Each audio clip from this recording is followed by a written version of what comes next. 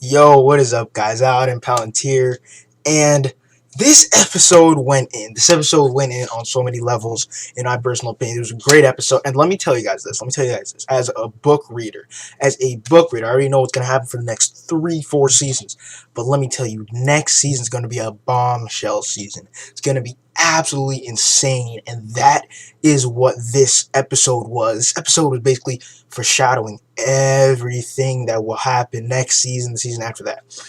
Basically, if you guys are down for this, I'm going to, during the off season, which is probably for the next few months, next 8 or so months, I'm gonna be doing book reviews for the next book of game in the Song of Ice and Fire series. So if you guys are down for that, tell me in the comments if you guys are down for that. But yeah, I'm gonna do that. But let me get to this review. Let me just go ahead and tell you guys from someone who's read the book's perspective. Of course, no spoilers, but I'm gonna tell you all the shit. I'm just gonna lay it down for you guys. I'm gonna lay it down for you guys. No spoilers though, spoiler free. So just keep watching. All right. First of all, the wolf scene, the Robb Stark wolf head scene. They took Grey Wind's head. They cut off the wolf's head. They sewed it onto Robb Stark's torso. Damn, on his body, his whole body. Damn. Wow, that was a terrible scene. That was a really emphasized scene in the book.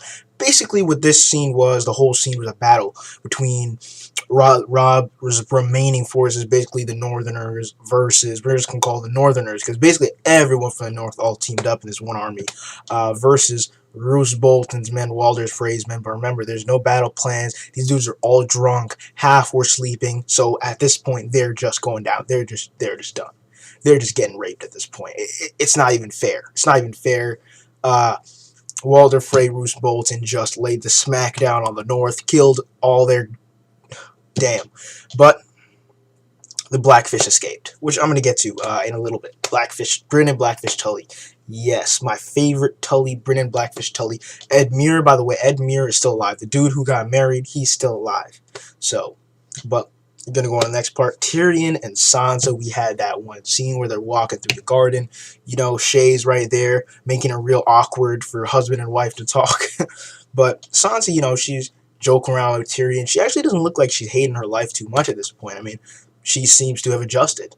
I really do hate Sansa, but I mean, hey, she looks like she's adjusting. She's not being a little bitch anymore. Like, Tyrion, oh my god, are you gonna kill me? Like, this is bullshit. She usually does. I really dislike Sansa, but this scene, she was actually pretty on point. She was kind of funny. Talking about that goat shifting or something like that. I don't know. Sheep shifting. That was what it was called.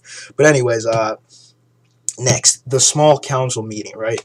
The news came of Robb Stark's death to Tywin Lannister. And Tywin, of course, had his hand in this. I think it's kind of obvious. Tywin had his hand in this.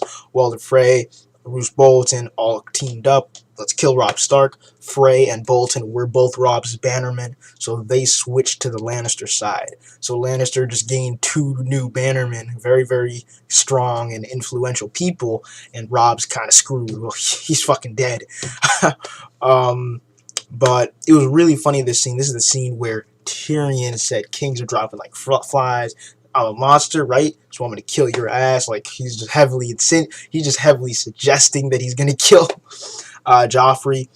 He, just talking shit. Joffrey gets pissed as fuck, and then he turns on Tywin. After that. Tywin's like, this dude. He basically says, Joffrey, you don't know who you're fucking with. I'm Tywin Lannister.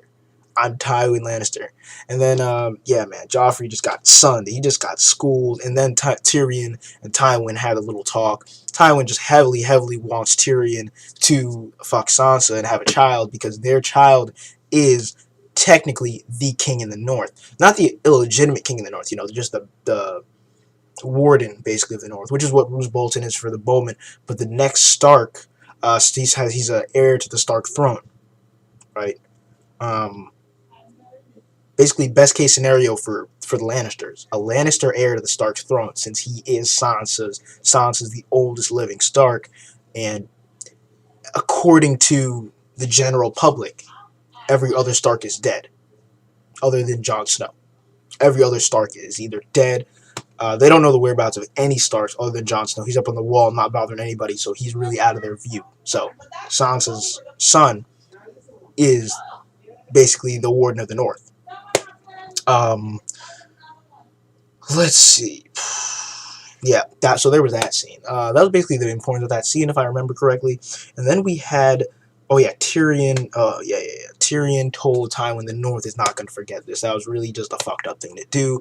Tyrion's basically saying you don't have to kill Robb Stark at a fucking wedding. You kill him on the fields of battle.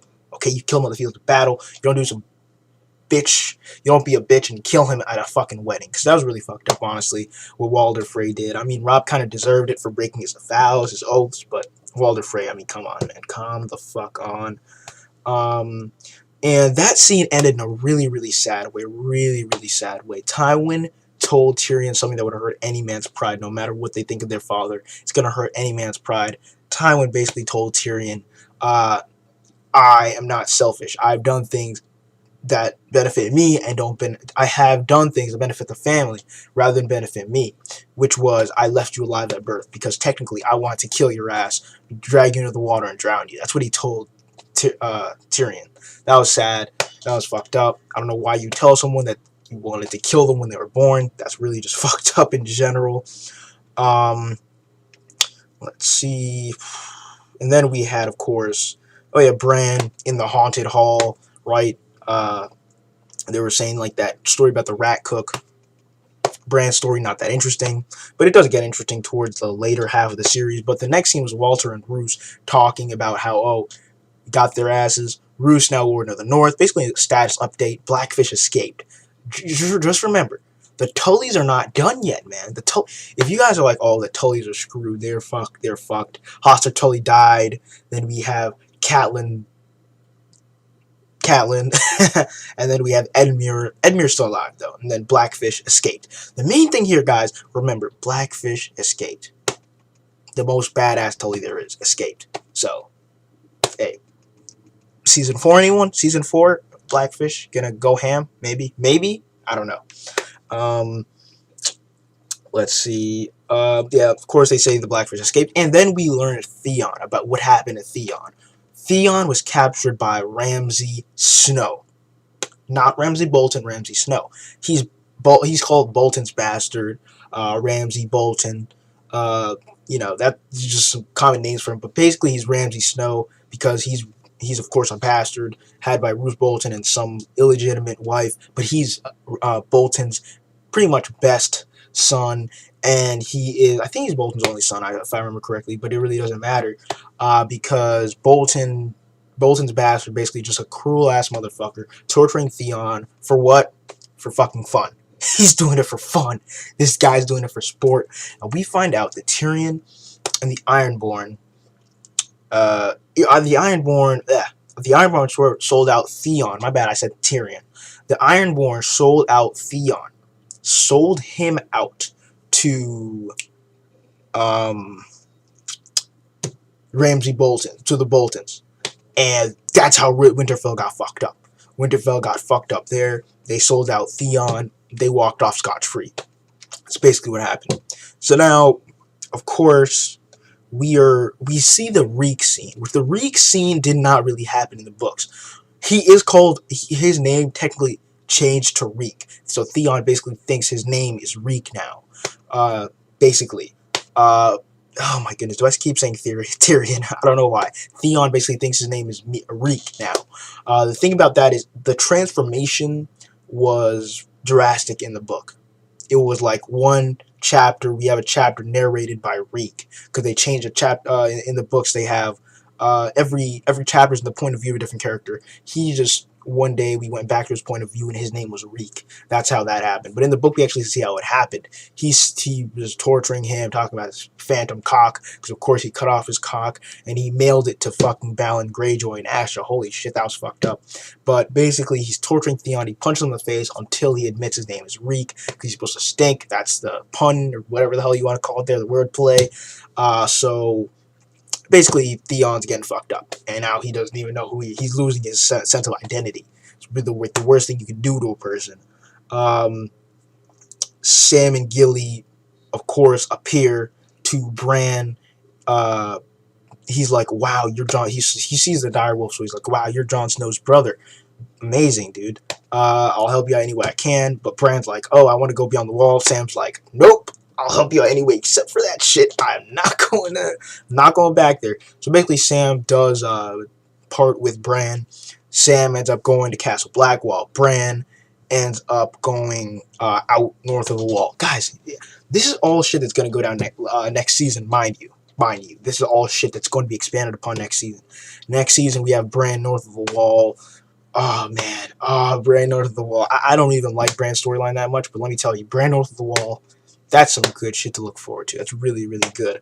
Of course, we have the scene with the Greyjoys when they get Theon's dick in the box, which is just like, what the fuck? Why would they do that? It was like awkward. It was like awkward moment where they open the box. They're just like, what the fuck?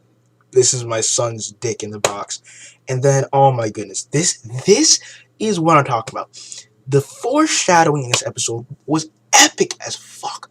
Asha Greyjoy, Theon's sister. She got a fleet. She's like, father, fuck you. I'm going to save my bro, Theon, even though I don't like the son of a bitch. He's still my brother. I'm going to save him so he doesn't keep getting tortured and shit. So now, guess what, guys? Let me give you a tidbit right here. The next book for Game of Thrones in the series, so many more new characters are going to have to be introduced.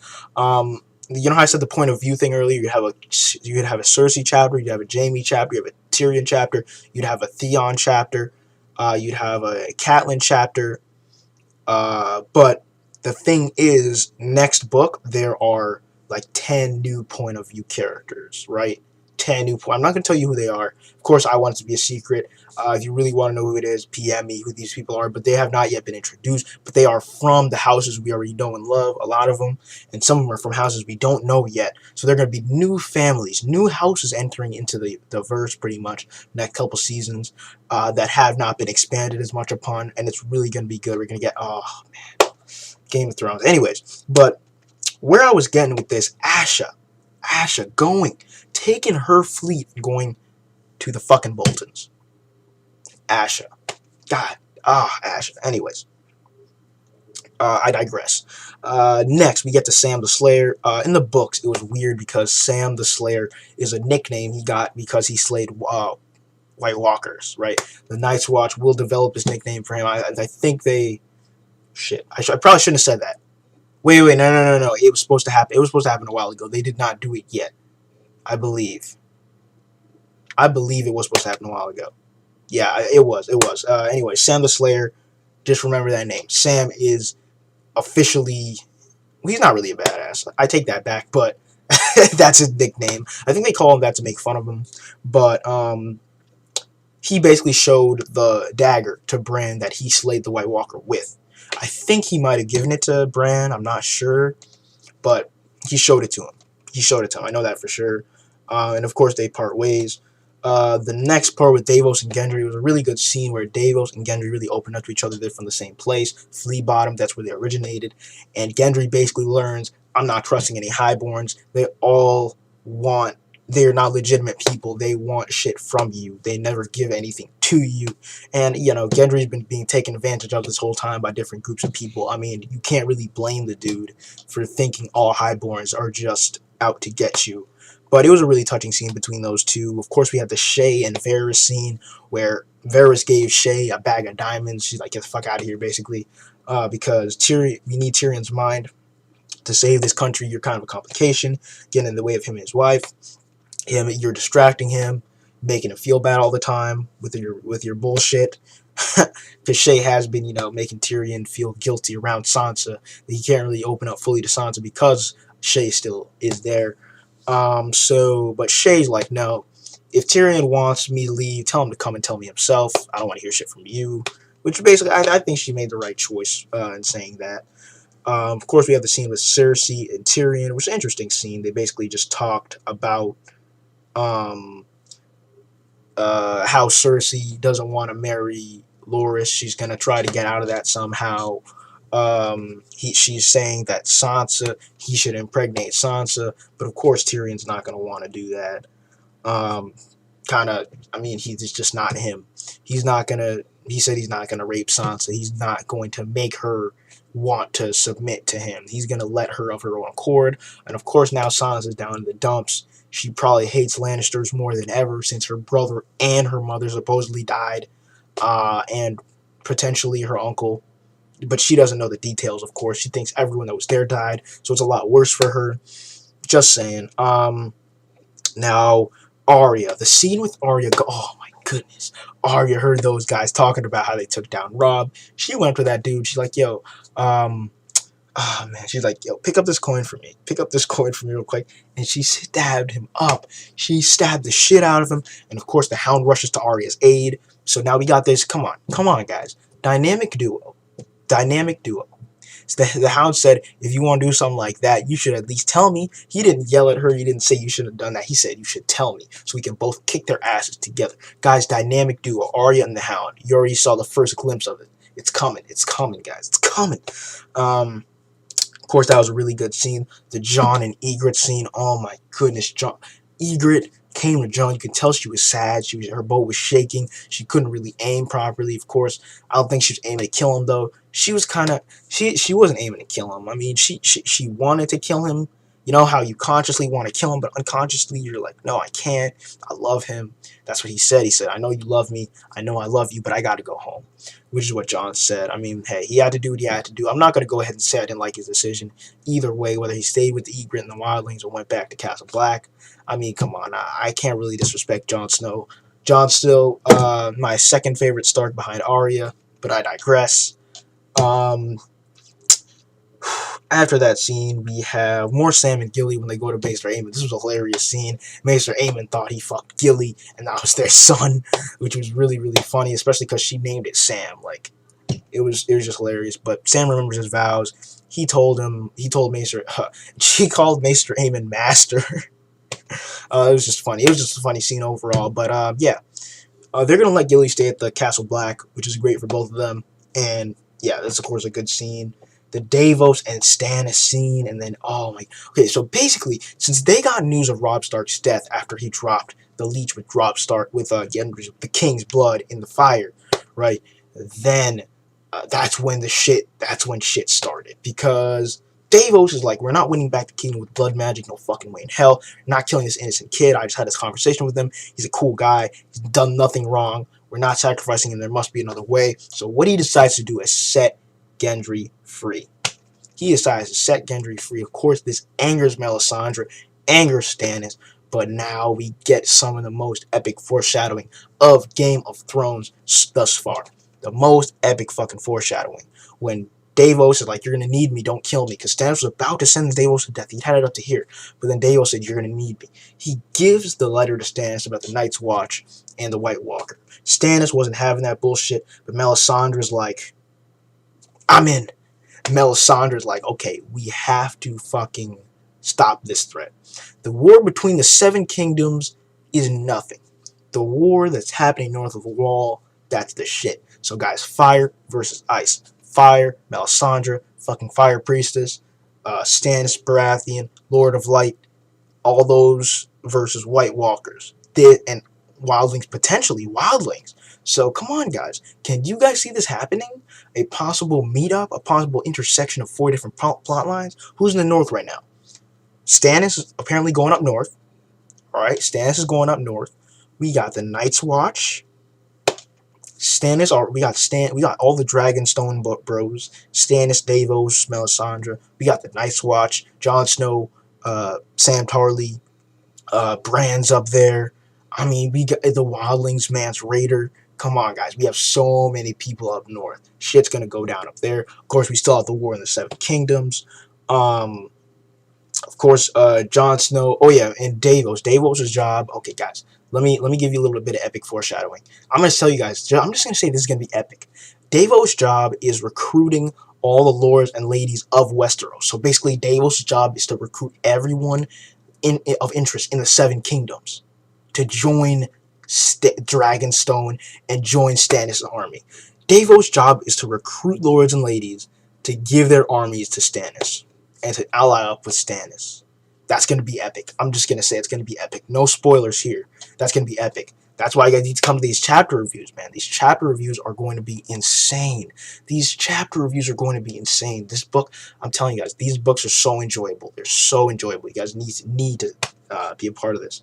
Anyways, of course, Jon's safe. Jon gets back to the Night's Watch. He's lit up with arrows. Ygritte shot him, I think, twice in his legs, in the back, once in his side. You know, he got lit up. Ygritte just went ham on him while he was running away, but he's safe now. Of course, Jaime and Brienne get back to the King's Landing. That was kind of, you know, it had to happen because, you know, Jaime, he doesn't have his arm now. Brienne just tagging along. Cersei finally sees her twin brother in so long, and she just starts to, like, you can see she was about to start crying. Incest incoming, maybe. I don't even fucking know. But Brienne is still there. Note this, guys. Brienne is still in King's Landing. Brienne is hanging out with the Lannisters. It's gonna be some good shit, guys. We got Stannis and Melisandre. Yeah, we already told you guys they're going up north. They're going up north. That is their calling. They think that's what they got to do, and that's what they got to do. The final thing that happened was the scene with Daenerys and the slaves that she liberated. They're calling her mother now. She's the mother of all these different people. So Daenerys basically already has so many people to protect, and she's not even in Westeros yet. That's the thing. She's not even in Westeros, and she already's got all these soldiers, huge-ass army, and a bunch of people to protect. But let me know, guys. I'm going to let you guys know. I'm not going to spoil, but let me just say this. Daenerys is not going to have a good time. She's not going to have a good time. Trust me, it's not as easy as it looks. It's not. Yeah, that's all I'm going to say. Foreshadowing. I don't consider that a spoiler. Anyways, guys. Thousand Palantir, you guys already know what it is. Stick around for the book reviews. Let me tell you guys. You guys are not going to regret this. If you guys are true Game of Thrones fans, I can tell you guys are. You guys leave comments every week. You guys know what you're talking about. Let me tell you guys, the books are going to be amazing. I think I'm going to do like clusters of 3 chapters or 4 chapters, maybe even 5 chapters at a time, depending how heavy the chapters were in, you know, whatever. But let me tell you guys now, these chapter reviews are going to be probably better than these episode reviews. It's gonna go down, guys. It's going down in a big way. Game of Thrones, bit of book 3 and book 4. We're gonna do it, guys. We might go all the way to 7 to 6. We might go all the way, depending on you guys' interest. So tell me in the comments what you guys want. Of course, like the video, subscribe. Tell me if you guys want these book reviews weekly, monthly. I will do it. I'll make the time. We will get through these books. It's gonna be a badass time. Anyways, guys, I'm Palantir. Peace out. Hope you guys enjoyed this season of Game of Thrones. I loved it. Of course, I'm going to keep releasing Game of Thrones content. Why would I not? Even in the off-season. You guys already know these chapter reviews. I might even re-review the episodes for season 1 and 2. So stick around for that, guys. I'm Palantir. I'm out. Thoughts in the comments. I'll drop a Game of Thrones update later this week. Peace.